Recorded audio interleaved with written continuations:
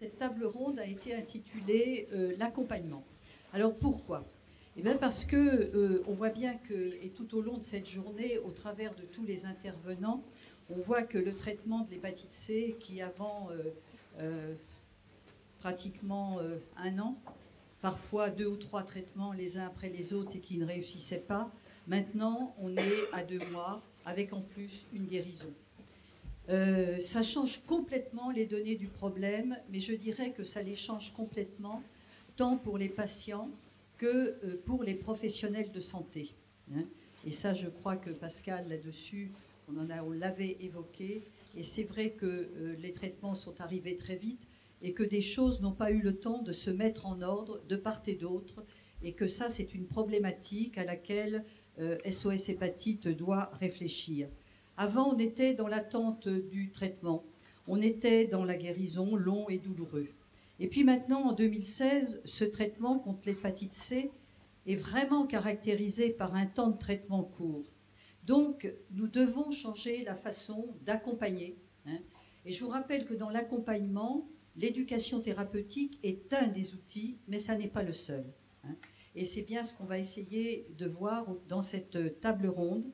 Et puis, c'est accompagné, et ce matin, ça a été pratiquement dit par tous les intervenants médecins, c'est le problème du dépistage. Et on voit bien que ça ne se joue plus non plus de la même manière. C'est accompagner les comportements qui pourraient provoquer une contamination et bien sûr accompagner la guérison. Donc vous voyez que là, on est dans une éducation thérapeutique qui est à rénover et de faire face à tous ces nouveaux enjeux. Alors, cette table ronde a pour objectif de nourrir cette réflexion et d'essayer, au bout de l'heure qui nous est proposée, de faire quelques propositions, pas 36, mais déjà si nous arrivons, après tout ce qui va être dit par nos 3 intervenants, que je vais rapidement vous présenter, ce que SOS Hépatite pourrait envisager de construire, avec vous bien sûr, pour l'année 2017. Alors, je suis très heureuse de vous présenter les 3 intervenants, dont 2 que je ne connaissais pas avant ce soir. Et notamment, alors je vais commencer par Gino, le seul homme de la table ronde. Voilà. Alors, Gino Flora, qui est patient-chercheur, docteur en sciences de l'éducation, chercheur associé au laboratoire interuniversitaire Experis. J'ai bien tout dit? Bon. Ça commence bien. Hélène Delacaise, alors vous la connaissez toutes, tous depuis des années, qui est une fervente accompagnatrice, je dirais, de SOS Hépatite, mais je voudrais quand même lui donner son titre parce que c'est très peu connu et elle va nous en parler, médiateur en santé à l'hôpital Marmottan. Et ça, je crois que c'est important quand on parle de l'accompagnement. Et puis, Sylvie Illion, qui est infirmière référente hépatite C, au centre hépato-biliaire, l'hôpital Paul Brousse. Alors, vous vous doutez bien qu'on a essayé un petit peu de préparer cette table ronde, on a essayé de s'accorder, et si on avait à se battre, de le faire avant, mais pas devant vous. Donc ça, je crois qu'on a réglé cette éventualité. Et donc là, moi, ce que je voudrais, c'est qu'à partir des expériences des uns et des autres, on puisse justement aborder. Alors, moi, je crois qu'on peut tout à fait accepter en 1 heure, qu'au travers de ce que l'un ou l'autre des 3 intervenants peuvent évoquer, que vous puissiez poser 1 ou 2 questions, parce que je crois que ce sera une animation qui me paraîtra plus intéressante. Et surtout, ce qu'on voulait dans cette table ronde, c'est bénéficier de l'expérience de ces 3 intervenants pour essayer comment on peut s'en inspirer et surtout essayer de voir comment on peut l'adapter par rapport aux problématiques qui se posent à nous avec les nouveaux traitements et la nouvelle manière d'aborder ces nouveaux traitements. Voilà. Donc, quel est le premier qui veut intervenir? Alors, Gino, c'est toi qui commences ou tu préfères que les 2 personnes qui doivent aussi intervenir parlent de leur expérience, de ce qu'elles font sur le terrain? Alors, vas-y. Je peux commencer, si ça marche.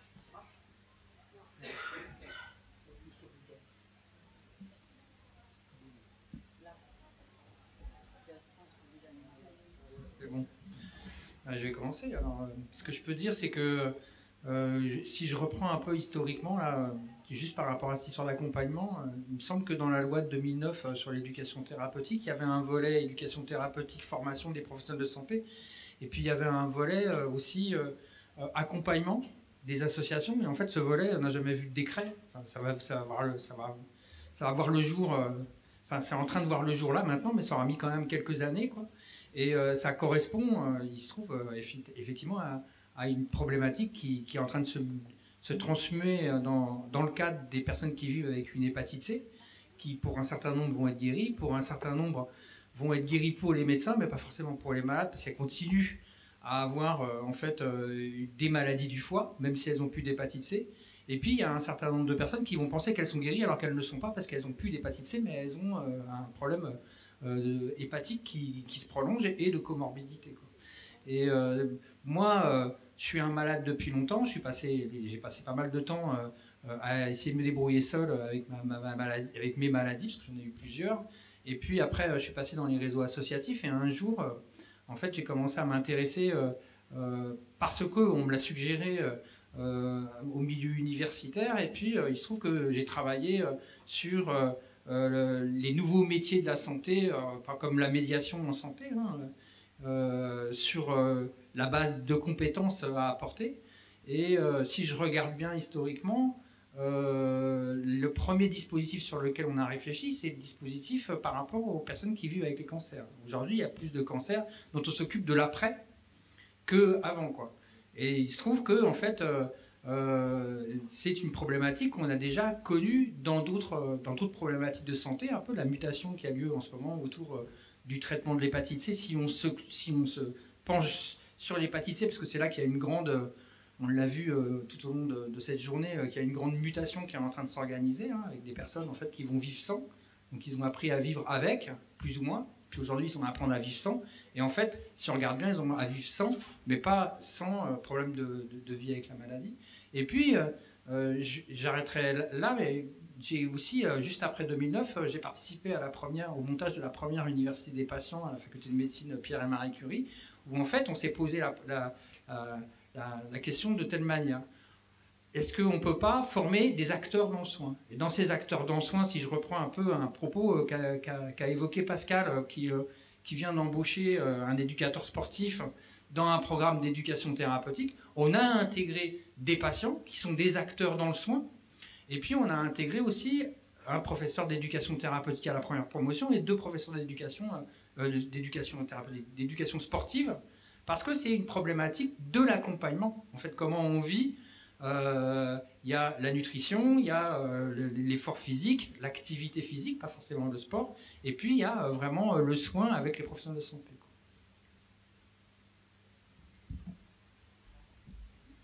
Bon, moi, je suis médiatrice en santé publique. Je travaille à l'hôpital Marmottan, ça fait 16 ans. Je m'occupe surtout de l'accès aux soins des usagers de drogue, population très touchée par l'hépatite C. Donc, comme je le disais tout à l'heure lors de nos discussions, c'est que depuis 2 ans, nous sommes malheureusement un petit peu désemparés. On ne sait pas du tout comment faire au niveau de l'accompagnement, puisque les traitements sont courts, il y a une guérison. Et donc, l'usager, nous, on ne le voit pas, il va voir les pathos, il va à l'hôpital, il va chercher son traitement à l'hôpital et il revient quelquefois 6 mois après. Ça nous arrive de les voir sans avoir fait une PCR, donc on ne sait même pas s'ils sont guéris ou pas. Et donc ça nous a, au niveau de la médecine générale, avec mes collègues, on a essayé de voir qu'est-ce qu'on pouvait faire, à quel moment on pouvait les accompagner,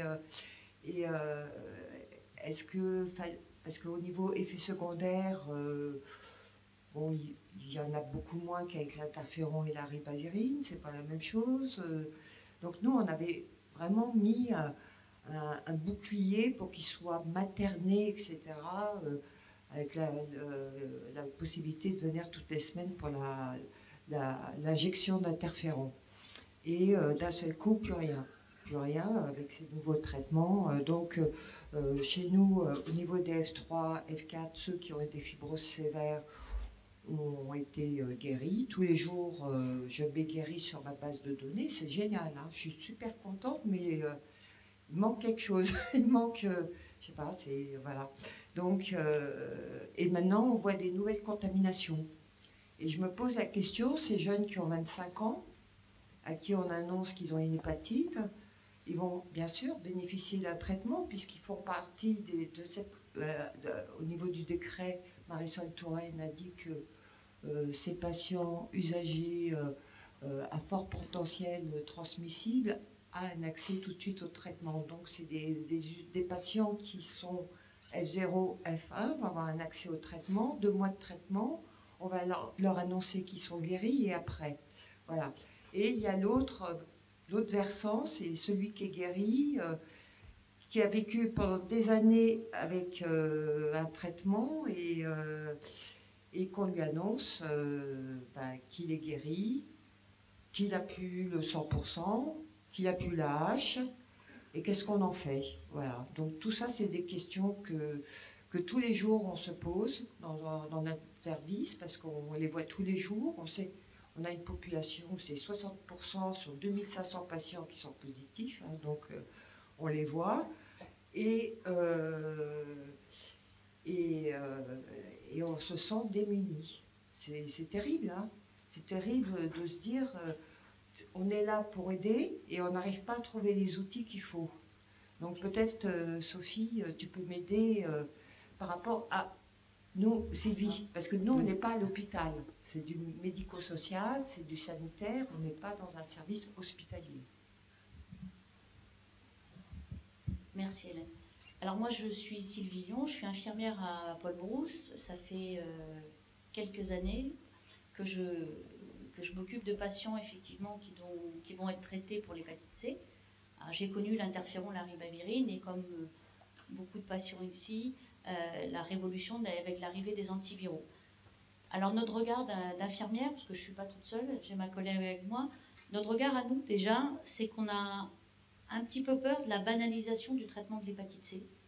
Parce qu'effectivement, c'est extraordinaire, les taux de réussite sont fabuleux, les traitements sont beaucoup plus courts, mais il nous semble fondamental de garder un accompagnement, que ce soit l'éducation thérapeutique dispensée par une infirmière, que ce soit un médiateur de santé. Enfin, moi, ce qui me paraît évident pour avoir connu l'interféron et pour voir ce qui est en train de se passer aujourd'hui, moi, c'est surtout la complémentarité. Je pense que tous les acteurs ont quelque chose à apporter aux patients.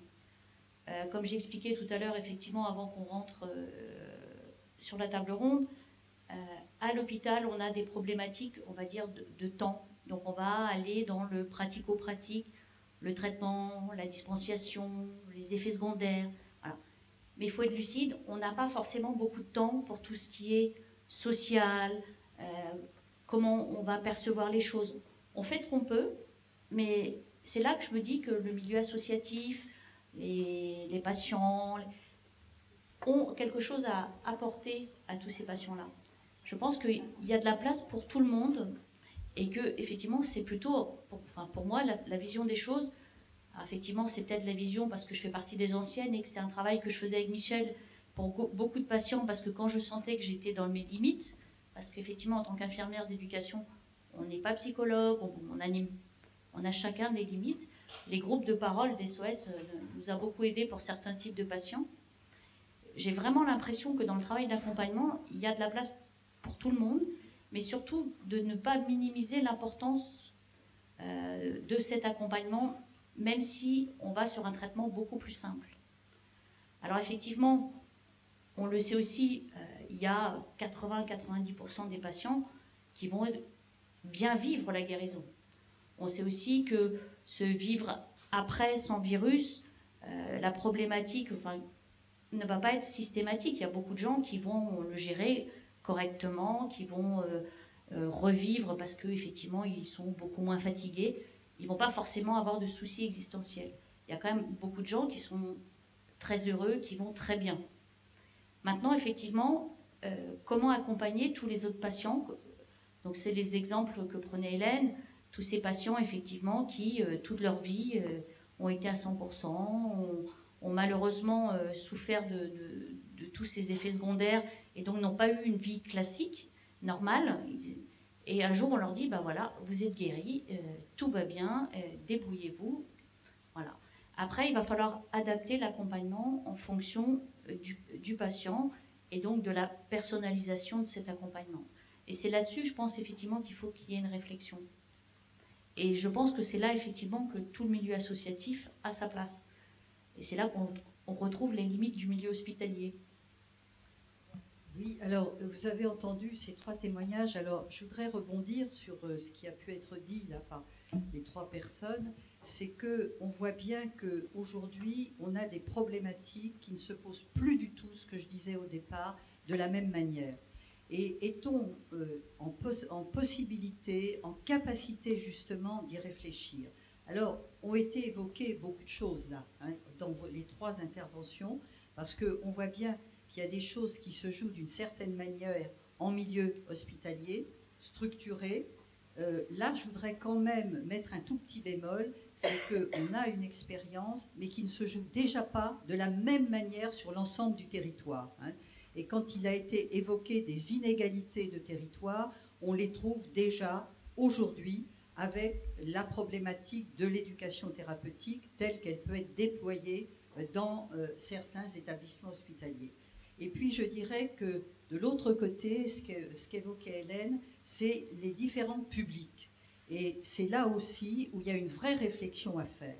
Parce qu'on ne peut pas raisonner de la même manière, entre guillemets, suivant le public auquel on a affaire. Et là, il a été évoqué ce matin des plans personnalisés, des relations personnalisées avec les patients. Et ça, je crois aussi qu'il ne faut plus qu'on réfléchisse à des référentiels tels que, parce qu'on nous enferme beaucoup dans les référentiels, je n'ai rien contre la haute autorité de santé, bien entendu, parce qu'on travaille quand même avec eux, mais quand on voit les référentiels tels qu'ils sont conçus, c'est une catégorie de patients et tout le monde doit quelque part rentrer dans le moule. Et ça, je crois que c'est aussi une réflexion que nous devons avoir. Et là, j'aimerais bien que les 3 intervenants que vous êtes, par rapport à ces observations et à ces réflexions, parce qu'il ne faut pas croire qu'aujourd'hui, tout allait bien. Hein? Tout n'allait pas mal, Sylvie, je le dis, mais tout n'allait pas bien non plus. Donc, si on veut avoir une réflexion, essayons de faire en sorte que cette réflexion fasse que ces inégalités que l'on voyait déjà, eh bien, on essaie de ne pas les retrouver de la même manière. Voilà. Et ça, je crois que j'aimerais bien que tous les 3, vous nous donniez votre vision par rapport à ça. Et dans la salle, vous êtes tout à fait... Vous pouvez lever la main et intervenir si vous avez des propositions à faire, des expérimentations que vous faites, etc.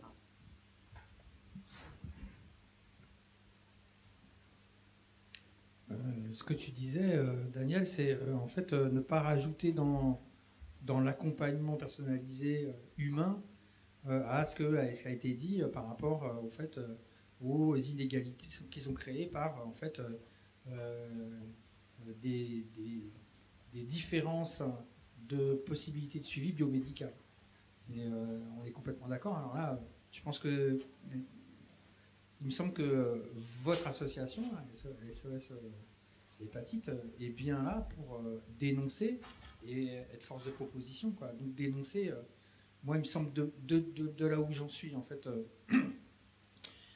faire des sources de proposition, la manière dont... Moi je suis parti 2 ans au Canada là, pour accompagner une transformation, pour aller plus loin par rapport à ce que disait Sylvie. Elle parle de la complémentarité des professionnels. Moi, je travaille, en fait, ma spécialité, c'est les savoirs expérientiels des patients et les interactions que ça génère avec le système de santé. Parce que les patients développent des savoirs. La difficulté que peuvent rencontrer les professionnels aujourd'hui, c'est comment arriver à mobiliser ces savoirs expérientiels sur 2 mois, alors qu'avant, on avait un temps beaucoup plus important pour pouvoir le mobiliser. Et en même temps, le traitement étant moins pénalisant, il y a aussi possibilité de les mobiliser plus rapidement si on y arrive à s'y prendre. Et la manière dont je me suis pris au Canada dans cet assemblage de complémentarité des savoirs des patients et des différents professionnels de santé, ça a été en fait d'aller chercher sur le Québec, parce qu'on a commencé sur le Québec, quelles étaient les pratiques les plus innovantes. celle qui fonctionnait les mieux. Et après, le relais de l'association, c'est de faire savoir que ces pratiques existent. L'idée, c'est pas de faire un copier-coller d'une pratique qui marche, comme tu le disais par rapport au référentiel de la Haute Autorité de Santé, pour pouvoir l'appliquer partout, mais c'est de faire savoir qu'il y a des pratiques qui marchent pour que chacun puisse y venir y chercher ce qu'il y a à voir. Après, il y a eu un autre marqueur qui est important, c'est celui de regarder s'il y a des égalités de moyens qui sont mises en œuvre, parce qu'effectivement, si on regarde l'éducation thérapeutique, il y a des endroits où il y a une infirmière pour tant de patients, il y a des endroits où l'infirmière, elle est au fond d'un couloir, au fond d'un service, etc. Et puis il y a des endroits où l'éducation thérapeutique est plus mise en avant, et avec plus de personnel, plus de moyens, etc. Le débat est déjà de savoir si ça existe dans l'enceinte de la structure où tu te trouves. Le débat n'est pas de savoir si tu as une infirmière ou deux, c'est qu'il y a quand même énormément d'endroits sur Paris où on a estimé qu'il n'y avait pas besoin d'en avoir. C'est même pas faute de... Enfin, il y a des endroits où ce sont les moyens, c'est clair, mais après, faut-il encore que tout le monde soit convaincu de l'intérêt d'avoir une équipe d'éducation thérapeutique, qu'elle soit... alors, les programmes aujourd'hui qui doivent être établis, effectivement, il y a beaucoup plus d'exigences, et par rapport à ce qu'on a pu entendre tout à l'heure, effectivement, les programmes d'éducation qui sont montés avec une diététicienne ou un nutritionniste, enfin, une équipe pluridisciplinaire a tout son intérêt, mais il faudrait déjà, pour arriver à avoir des exigences comme ça, que dans toutes les équipes où il y a des hépatos, il y ait déjà de l'éducation thérapeutique. Maintenant, effectivement, on s'aperçoit que les besoins des patients sont complètement différents de ce qu'on a connu de l'époque de l'interféron. Et on en est d'ailleurs ravis, que les traitements sont plus courts, mais ce n'est pas pour autant qu'il n'y a pas besoin quand même de faire passer des messages et d'être là pour rassurer les gens. Comme disait Michel, c'est un résumé, et il se vérifie encore. Le fait d'avoir un numéro de téléphone en sachant qu'on a un point de chute, ça rassure déjà. Ça ne veut pas dire qu'il va servir le téléphone, mais ça peut suffire en fait. De ne pas se dire qu'on va appeler sur un standard et que personne ne va décrocher. Et moi je pense que l'idée déjà, c'est de se dire, même si on est sur des traitements plus courts, offrir à tout le monde une personne référente, je ne dis pas forcément une infirmière, mais une personne référente qui va savoir lui répondre, ou du moins qui va pouvoir aller chercher l'info. Tout comme, aujourd'hui, le mot d'ordre, c'est de se dire, un patient qui découvre qu'il a une hépatite C, c'est qu'il ait un accès, qu'il ne mette pas 6 mois à avoir un rendez-vous avec un hépato dans une structure. Chez nous, on a récemment ouvert ce qu'on appelle une consultation rapide, effectivement, pour se dire que quelqu'un qui vient de découvrir qu'il a une hépatite C, qui ne va pas passer 4 mois à attendre un rendez-vous dans une structure hospitalière spécialisée. Et ces nouveaux patients que nous, on a, par exemple, à l'hôpital aujourd'hui, population qu'on ne connaissait pas, nous, parce que habituellement, le patient, il vient, il connaît son hépatite, on s'aperçoit qu'on a un autre travail d'accompagnement, qui est découverte récente de la maladie, beaucoup de réassurance, beaucoup d'informations. On n'est pas encore dans l'éducation, on est dans de l'information et dans la démarche à tenir. Mais déjà, de pouvoir prendre en charge les gens plus rapidement, c'est un accès aux soins plus rapide, ce qui va permettre aux patients de vivre moins longtemps angoissés. Et ça, le problème, c'est de se dire comment faire pour que ça existe dans plus en plus d'endroits. Alors moi, je le vois au niveau de la population que je vois, il ne vivra pas moins angoissé. Parce que c'est des gens angoissés de nature, c'est peut-être ils ont une hypersensibilité, c'est peut-être pour ça que malheureusement ils sont tombés un petit peu dans la drogue, dans l'alcool, dans les détournements de médicaments, etc. Donc ils ont aussi d'autres soucis. Nous, on a réfléchi, puis avec mes collègues infirmières, on a décidé de la mise en place d'un groupe de parole une fois par mois le mercredi. Donc je suis le fil conducteur, c'est-à-dire que je suis là en tant que SOS Hépatite Paris de France et médiatrice en santé en santé, avec une infirmière, 4 infirmiers qui se sont proposés, donc j'ai énormément de chance. Et une fois par mois, nous animons ce groupe de parole qui est ouvert à tous les carrus d'Exapa de Paris. Hein. Donc la semaine dernière, il y avait des gens de la boutique 18 qu'on n'avait jamais vu qui sont venus. Et donc, bon, je leur donne, comme on animait sur Paris avec Michel, les infos sur les hépatites, l'accès au traitement universel, voilà. Et puis d'un seul coup, il y en a un qui prend la parole, et puis ça y est, quoi, le débat commence à se faire. Et nous avons beaucoup travaillé toute l'année sur le retour à l'emploi. Pourquoi? Parce que c'est important. C'est important parce que ces patients, ils sont guéris. À un moment donné, comme je le disais, ils n'auront plus le 100% ni l'âge. Donc il faut leur donner la possibilité et leur donner confiance que comme ils ont l'âge, ils peuvent bénéficier de pôle handicap et de pouvoir refaire une remise à niveau et de pouvoir bénéficier de stages. Et donc, je suis super contente, et mes collègues aussi, c'est qu'il y en a 3 qui sont retournés là-bas. Un qui a été pris chez Free, pour le faire, l'école Free. Un autre qui va démarrer un stage de remise à niveau pendant 6 mois.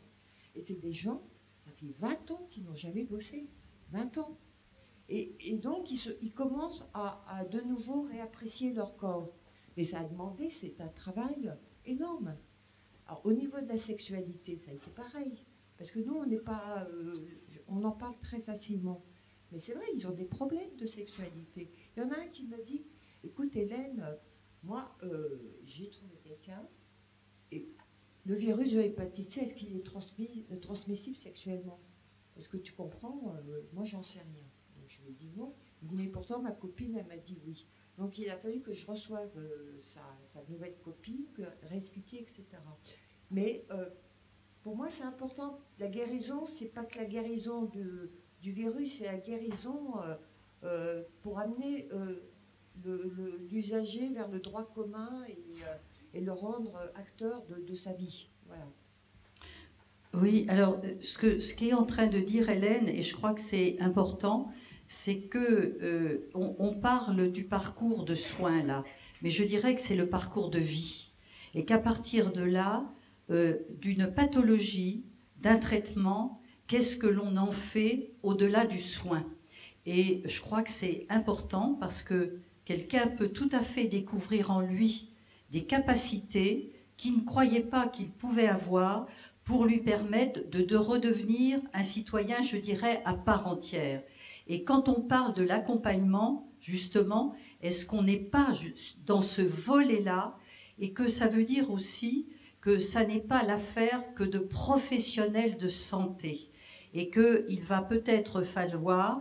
Bon, il y a Hélène qui est médiateur en santé publique, il y a Gino qui a un autre rôle, je dirais, par rapport à cela, mais n'y a-t-il pas justement là une réflexion à faire pour trouver de nouveaux métiers, pour permettre que après justement la guérison entre guillemets, je la mets bien entre guillemets, qu'est-ce que la personne va faire de sa vie? Je crois que c'est ça que tu étais en train de nous dire, Hélène. Gino, qu'est-ce que tu peux réagir là-dessus? Moi, je trouve que c'est super que Hélène ait réussi à faire ça, parce qu'au début de l'année, j'avais déposé un programme d'éducation thérapeutique plus large que juste l'éducation thérapeutique dans le soin, qui était de l'éducation thérapeutique jusqu'au retour à l'emploi, là, dans le sud-ouest de la France. En fait, le programme n'a pas été accepté en tant que tel. Donc, c'est bien qu'on puisse le démarrer informellement, qu'on puisse prendre des traces là-dessus pour pouvoir faire remonter des données sur ce truc-là. Et en fait, ce dont vous parlez, ça me fait penser à une recherche-action à laquelle j'ai participé, qui était une recherche-action financée par l'Union européenne auprès d'usagers de la santé mentale qui avaient eu un certain nombre d'hospitalisations et qui avaient un suivi depuis de nombreuses années. Et ça a été, en fait, comment on élabore des dispositifs d'accompagnement et des dispositifs de formation qui permettent à la personne de gagner ce qu'on appelle en anglais l'empowerment, c'est-à-dire la capacité à agir sur sa vie et sur sa santé. Et l'idée, c'était de partir de qu'est-ce que je vis comme vulnérabilité, c'est quoi mes ressources en tant qu'individu, et puis de travailler aussi sur le tissu social, c'est-à-dire comment on travaille avec les professionnels de santé pour essayer de créer un autre dialogue, et comment on travaille avec la cité, c'est-à-dire les bailleurs sociaux qui louent des appartements, parce que dans la santé mentale, il y a énormément de gens qui vivent encore chez leurs parents parce qu'ils sont en précarité économique, et comment on accompagne donc, les bailleurs dans une information sur ce type de population, comment on travaille avec les médiateurs professionnels, c'est-à-dire Pôle emploi, toutes les structures qui accompagnent vers l'emploi, et comment on accompagne, comment on pense à la ville aussi, c'est-à-dire qu'on a aussi travaillé avec des géographes sur quelles étaient la prévention en fait de personnes qui vivent avec des problématiques de santé mentale, comment ils vivent la cité, comment ils se déplacent dans la cité, c'est quoi leurs appréhensions et les lieux facilitants, quoi. On n'est peut-être pas obligé d'aller aussi loin, on peut peut-être adapter ce genre de truc, mais avoir une réflexion là-dessus. Je vous rappelle quand même que moi je suis chercheur, donc je vois souvent, mais ça aide quand même à trouver des preuves pour trouver trouver des vecteurs qui puissent changer les représentations et les comportements. Et il y a au mois d'avril, le ministère de l'enseignement supérieur et de la recherche a rendu un grand rapport sur la recherche participative. C'est comment tous les acteurs ensemble apprennent à repenser en fait un parcours, un univers, un environnement, etc., etc. Alors peut-être que c'est une manière d'accompagner cette mutation qui fait qu'il y a de grands changements.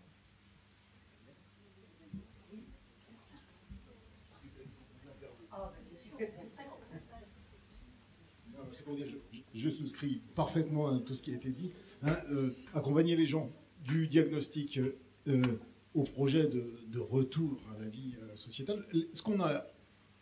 Ce dont on a parlé aujourd'hui, c'est qu'il faut accompagner les gens, puisqu'on parle d'accompagnement, très longtemps après.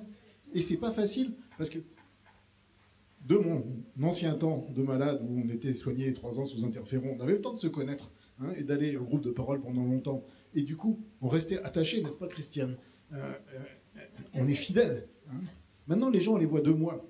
Au bout de 2 mois, ils partent. Et c'est vachement plus difficile de se dire, ces gens-là, il faudrait les garder 4 ans, 5 ans, 6 ans. Et pourtant, il y a des choses compliquées à gérer. Donc, il y a 20 ans, on disait, l'hépatite C, c'est une maladie globalement qui n'est pas trop grave, mais dont on peut mourir. Maintenant, on dit c'est une maladie qui est globalement pas trop grave, mais dont on peut mourir, mais dont on guérit très bien. Mais même qu'on peut quand même mourir un peu après. Donc, c'est vachement dur à gérer, ça. Et ces gens-là, on les aura vus 2 mois, et puis ils vont disparaître. Comment faire pour les garder? Et je rebondis aussi sur un autre élément, puisque vous devez faire des propositions. Ça a été juste abordé par Hélène tout à l'heure. L'entourage, qui déjà avait du mal à gérer la maladie, la guérison et les risques post-guérison, là, il ne va plus rien comprendre, parce que à la limite, les effets secondaires du traitement, ça aidait l'entourage à comprendre qu'il se passait quelque chose de grave. Là, il ne va rien comprendre. Il va dire, mais il est où le problème? T'es guéri, ne vous emmerde pas. Donc, l'accompagnement au long cours, au-delà de la guérison, je suis d'accord, il faut déjà faire l'accompagnement initial, mais au-delà de la guérison, bien au-delà, il concerne aussi l'entourage.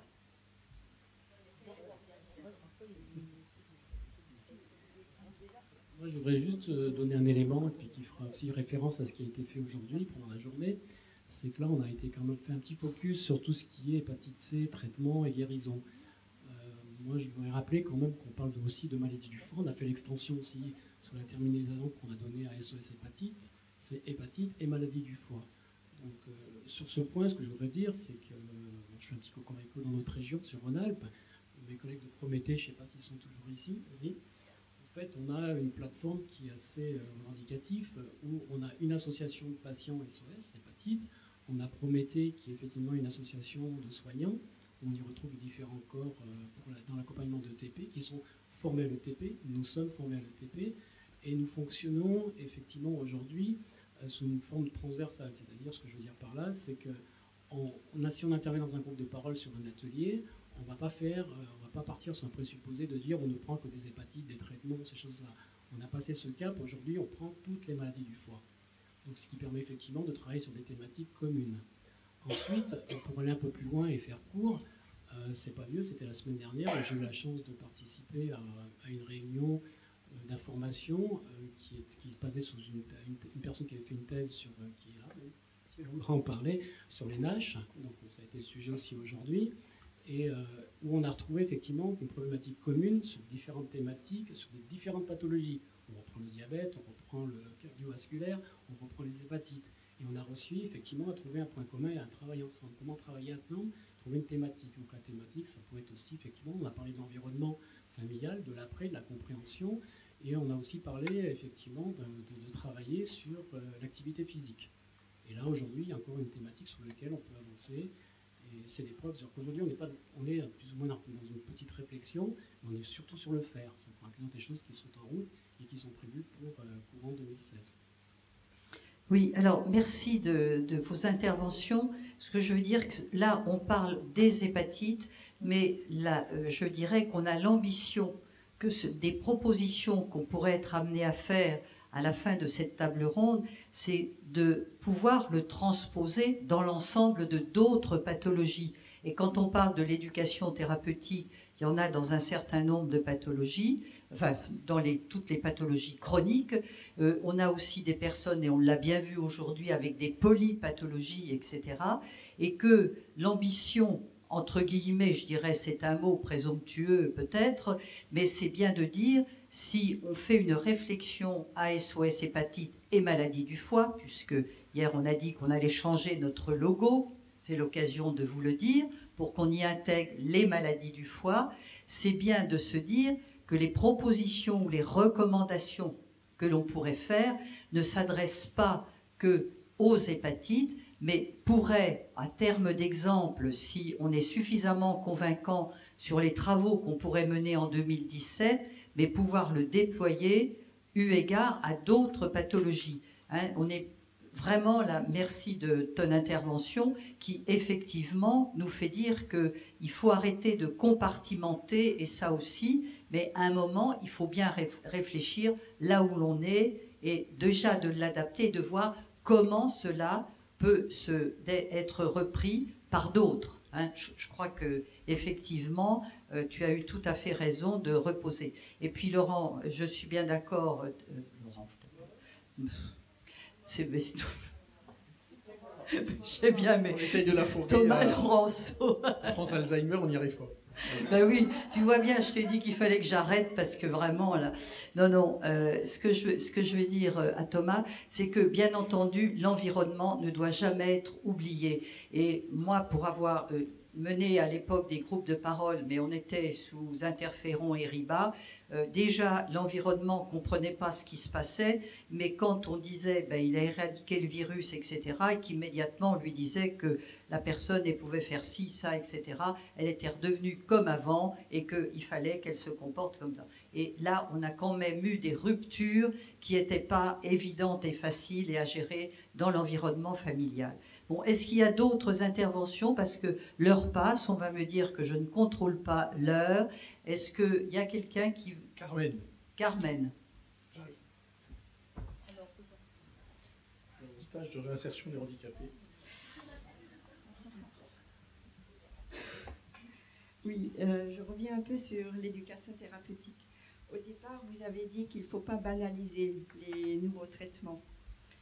Alors, je suis d'accord, mais j'aimerais savoir si vous avez des messages par rapport à la fonction rénale. Je trouve vraiment que ça ne ressort pas, parce qu'il y a le foie, mais il y a quand même les reins qui éliminent la toxicité des médicaments.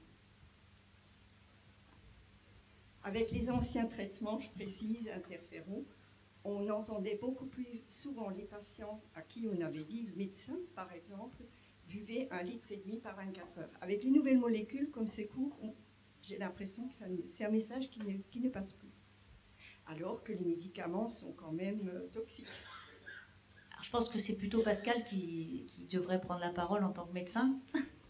Merci Pascal. Non, c'est vrai qu'avec les nouvelles molécules, le message n'était pas prioritaire. Mais là, en l'occurrence, ce n'est pas vraiment de notre fait, c'était les médicaments, les premiers résultats ne mettaient pas en avant normalement les problèmes de fonction rénale. Normalement. Je suis complètement d'accord. Il reste les problèmes de fonction rénale dans le traitement chronique de l'hépatite B, sur les traitements long cours, on continue d'être vigilant et de le dire, mais dans l'hépatite C, les traitements sont tellement courts aujourd'hui, à part checker et de ne pas traiter avec les molécules des patients insuffisants rénaux et de les réserver pour dire il faut vraiment s'assurer de molécules qui ne soient pas éliminées par le rein pour les insuffisants rénaux. Sinon aujourd'hui, avec des traitements courts de 2 mois, oui, on va va galvauder, on baisse la barre, on baisse les sécurités, et je suis d'accord que c'est un piège, il faut faire attention. Mais de la même façon que moi je me suis vu, je parle de ma propre expérience, on a raté 2 électrocardiogrammes à des patients. Et on m'aurait demandé il y a encore 3 ans si un jour je traiterais des patients sans faire d'électrocardiogramme, je dirais c'est impossible.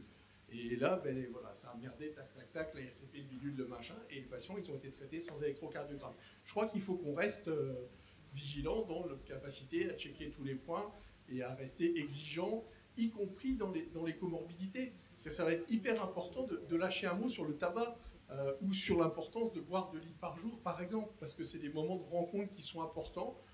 Comme par exemple une grossesse. Une grossesse, ça dure que 9 mois. On a demandé au gouvernement de passer la grossesse à 18 mois, ils n'ont pas voulu. Mais c'est important. C'est un scandale. Mais je pense que c'est important de tous ces temps de rencontres médicaux. Là, on n'a que 2 mois, mais il va falloir passer des messages forts, et d'autant plus forts sur le poids, sur l'hydratation, sur le tabac, etc. Et que après, je pense qu'il y a des moments qui ne sont pas forcément décrits comme de l'éducation thérapeutique, mais en tout cas, nous, par exemple, on effectue les fibroscans. C'est aussi un moment d'échange. Alors, c'est un échange particulier, effectivement, parce que pendant le fibroscan, le malade n'a pas le droit de parler. Il n'y a que celui qui fait qui a le droit de causer.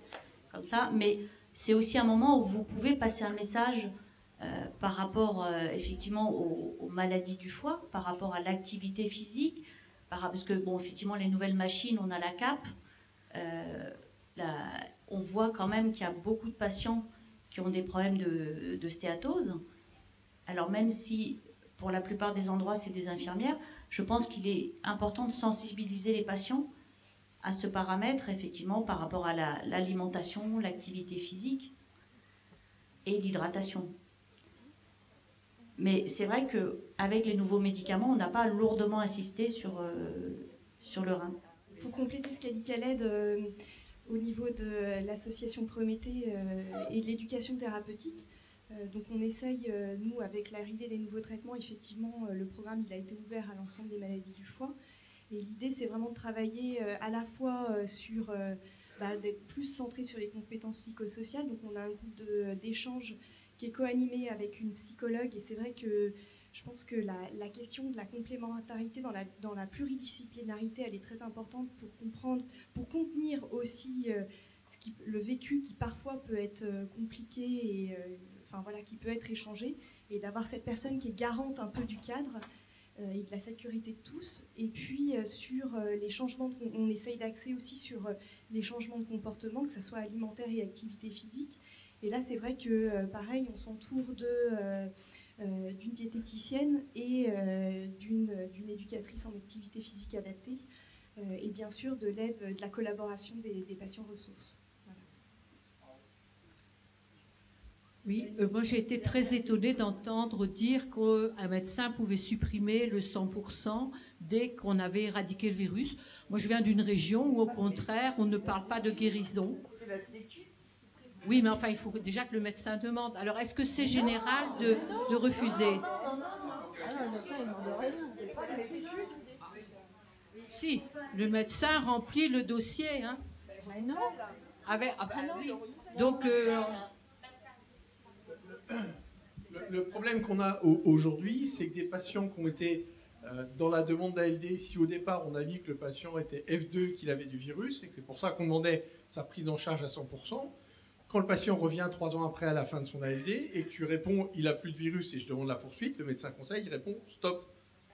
Moi, ça pas été bon. Non, mais c'est pour ça qu'il est hyper important que dès la première demande d'ALD, on axe le remplissage avec toutes les manifestations extra-hépatiques et qu'à un moment on puisse dire certes le virus n'est plus là, mais il reste des choses qui sont toujours, et c'est pour ça qu'il faut poursuivre l'ALD en définissant quel va être le projet thérapeutique. L'ALD, je vous rappelle que c'est des maladies qui sont longues et coûteuses. Le médecin conseil qui va dire elle est plus longue puisqu'elle est guérie, elle est plus coûteuse puisqu'il n'y a plus de traitement. Voilà, si vous dites qu'il va rester une addiction, il va rester un état dépressif, un besoin de reconstruction, un suivi psychosocial, etc., il faut l'avoir mis au départ. Bien sûr. Non, moi je voudrais ajouter, parce que là je vais prendre une autre casquette, et je veux dire que quand les pathologues fait le renouvellement justement de la mise de la prolongation de l'affection de longue durée, il faut le faire, comme dit Pascal, de cette manière-là. Et il ne faut surtout pas que même quand on le met dans l'ALD au départ, il ne faut pas mettre que le patient a telle ou telle chose. Quand on voit comment est fait le formulaire sur l'ALD, et je voudrais vous rappeler aussi quelque chose, c'est quand on a mis en place l'éducation thérapeutique dans certains établissements, c'est que c'était l'hépatologue qui lui-même estimait que l'éducation thérapeutique, c'était durant le traitement, et que, comme le patient avait éradiqué le virus, on stoppait l'éducation thérapeutique. C'est là où et c'est vrai que dans un certain nombre d'établissements, c'était fait de cette manière-là, parce qu'il faut savoir que dans les établissements hospitaliers, les subventions qui sont données en sus de la fameuse T2A, c'est que les fameux MIGAS, ils sont partagés entre tous les services, et il n'y a pas que de l'éducation thérapeutique qu'en hépatologie. Et ça aussi, c'est une vraie bataille qu'il faut mener quand on est sur une association et qu'il y ait une juste répartition des choses. Et on a eu parfois un peu de mal à faire en sorte de faire dire que l'éducation thérapeutique ne s'arrêtait pas à ce moment-là. Parce qu'on avait là des patients qui étaient complètement dépourvus et qui ne savaient pas quoi faire de l'éradication de leur virus, qui gardaient de la fatigue, qui gardaient tout ça, qui ne reprenaient pas d'activité et tout. Donc là, on a vraiment une vigilance à avoir, hein. Alors, est-ce que nos intervenants ont des choses encore à dire avant, parce qu'on a un horaire qu'il faut que nous respections, et de faire 2 ou 3 recommandations pour l'année 2017 pour SOS Hépatite. Voilà. Est-ce que les intervenants veulent encore dire des choses? Je voulais juste remettre en perspective ce que tu disais, Thomas, c'est ça? C'est en fait, par rapport à cette histoire d'accompagnement dans l'après, en fait, il faut penser que c'est juste après, mais que ça peut être aussi 6 mois ou 1 an après que la personne a besoin de revenir, quoi.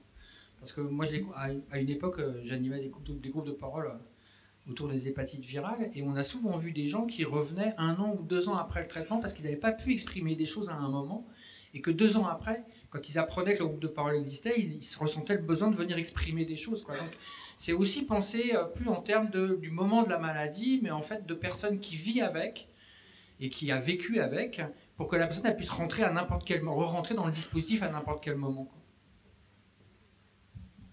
Non, moi je voulais simplement dire que ce que j'ai raconté, c'est des constats, c'est de la réalité, mais c'est pour une population bien précise, hein. Population vulnérable, usagers de drogue, etc.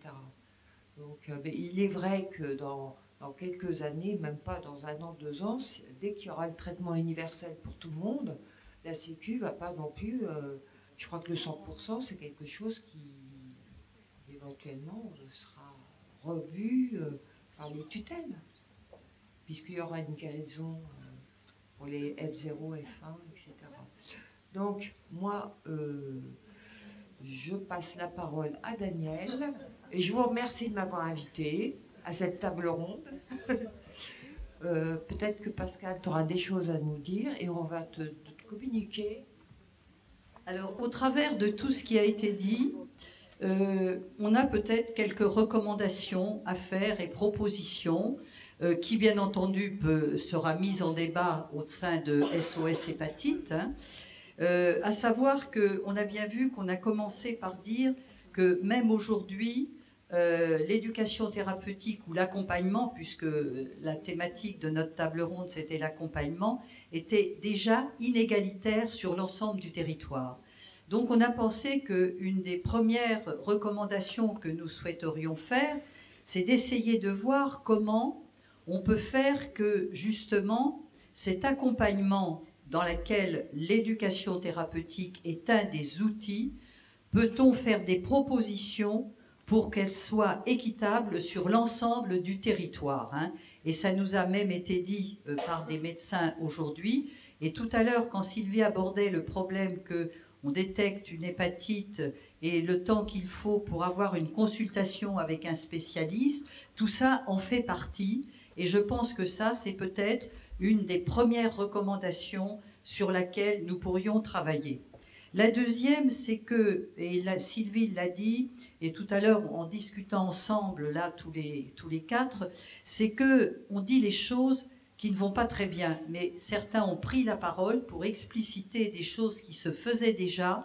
Alors réfléchissons aussi à ce que l'on peut mettre en œuvre à partir d'expérimentations qui sont déjà faites et comment on pourrait faire pour essayer de les prendre en compte et de s'en enrichir. Là, soyons aussi dans du positif.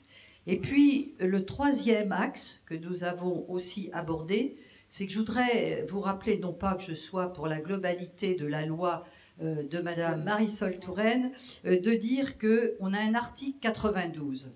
Et ça, je pense que c'est passé inaperçu par rapport à un certain nombre d'associations de patients qui a été quand même porté par le collectif. C'est pas tout à fait comme ça qu'on l'aurait souhaité, mais qui est ce fameux projet d'accompagnement à l'autonomie.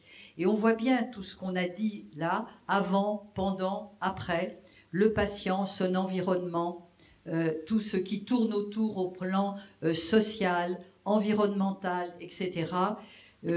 C'est passé un petit peu inaperçu, et surtout ce qui est passé un peu inaperçu, c'est que les projets qui devaient être présentés dans chacune des agences régionales de santé, c'est que ça devait être porté en priorité et surtout mis en œuvre avec des associations.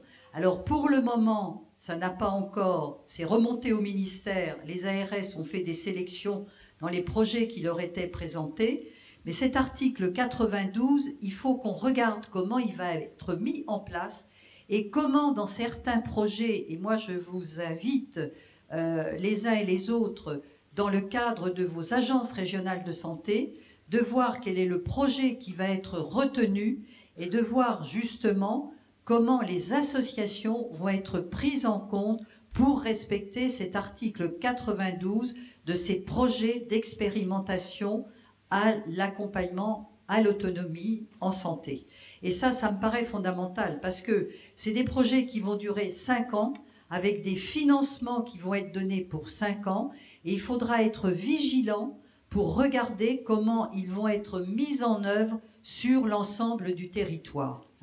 Je fais confiance aux ARS, je ne suis pas en train de dire, mais regardons bien, ça ne va pas toucher que les hépatites, mais on peut à un moment donné, en tant qu'association de patients, interpeller les autres associations de patients qui seront mis en place et qui feront, si vous voulez, acteurs dans le projet, de voir comment le rôle est tenu. Et on peut aussi, à ce niveau-là, il y a quand même une commission droit des usagers dans la conférence régionale de santé et de l'autonomie, et d'y avoir accès pour regarder si justement cet accompagnement à l'autonomie respecte bien ce cahier des charges. Donc on a des outils là qu'il faut qu'on observe. Ça ne touche pas que SOS Hépatite, ça touche toutes les associations de patients, mais je crois que là, il faudra aussi qu'on ait une vigilance par rapport à ça. Voilà ce qu'on pouvait dire, et 3 propositions, recommandations que je pense qui pourront être discutées au niveau de SOS Hépatite, au sein de son bureau, au sein de son CA et de son assemblée générale. Merci beaucoup. Merci aux intervenants. On va conclure et vous laisser aller souffler parce qu'il fait très chaud. Je vous rappelle que les ateliers demain, il y a 4 ateliers, 2 demain matin, 2 demain après-midi, qui commencent à 9h30 demain matin. En guise de synthèse, moi, ce que j'ai retenu de cet après-midi, c'est l'importance de l'information des usagers. Ça, on le rappelle depuis 20 ans, mais visiblement, c'est toujours fondamental. C'est informer. C'est le premier accès aux soins, c'est l'accès à l'information. On a entendu M. Naon sur le cancer du foie nous dire qu'il fallait, à mon avis, ce que j'en ai retenu de son intervention, c'était mieux dépister pour mieux traiter. Qu'aujourd'hui, les moyens, on les a entendus. Ils sont encore hétérogènes sur la France, sur l'Hexagone, et aussi probablement sur les départements d'outre-mer. On a largement discuté en interne, nous, avec les gens des DOM-TOM. Donc il faut mieux dépister, répartir les choses et réfléchir autrement. Après, on a parlé des NASH. Visiblement, les NASH sont un problème de santé publique à venir, mais aussi une comorbidité qu'on a peut-être trop souvent oubliée face aux patients qui étaient soit VIH, soit hépatite B, soit hépatite C. et qu'on voit exploser cette comorbidité qui n'était pas connue avant. Une fois que le virus n'est plus là, on se rend compte qu'il y a des NASH et on se rend compte que le risque de cancer n'est pas nul. Donc ça, je pense que dans la problématique de l'obésité aujourd'hui et des syndromes métaboliques, ça va être quelque chose d'important et qui va largement dépasser le champ de l'hépatologie et qui va nécessiter d'aller travailler avec les diabétologues. Et c'est ce que j'ai entendu aussi, c'est l'importance. On a l'impression que toutes les questions qu'on a posées aujourd'hui ont montré à quel point, tant qu'un hépatologue pouvait travailler seul, on avait réussi à avancer, mais aujourd'hui on est coincé parce qu'il faut être dans le multidisciplinaire. Et que ça, on a du mal. Et l'enjeu demain de l'hépatologie moderne, c'est d'arriver à travailler dans le multidisciplinaire. Pour les cancérologues, un hépatologue, un cancérologue, des radio-interventionnistes. Pour les NASH, les diététiciens, les diabétologues, les nutritionnistes et les hépatos. Et puis il y a le VHB, où François est venu nous parler effectivement de la grande...